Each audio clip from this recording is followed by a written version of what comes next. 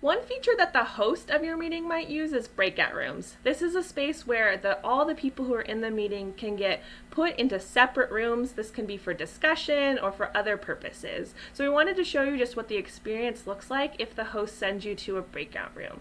So the host sends us to a breakout room. So it shows me that I'm joining the breakout room and it's automatically transitioning me to my new breakout room. So right now the host has this set for a limited amount of time, at which case at the end of it we'll get sent back to the main room, but we can also go on our own back to the main room using the leave breakout room at the bottom.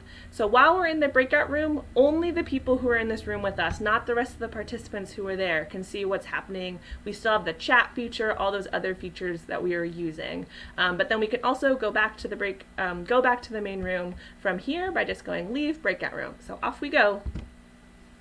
Oh, when it asks me to leave breakout room, it's going to tell me that's what I'm doing. So you just want to confirm you're returning to the main session. It'll show you that you're returning. So we're back here in the main room, and so then the other participants are in their breakout room, but then they can come back to this main room and we'll be all back together again.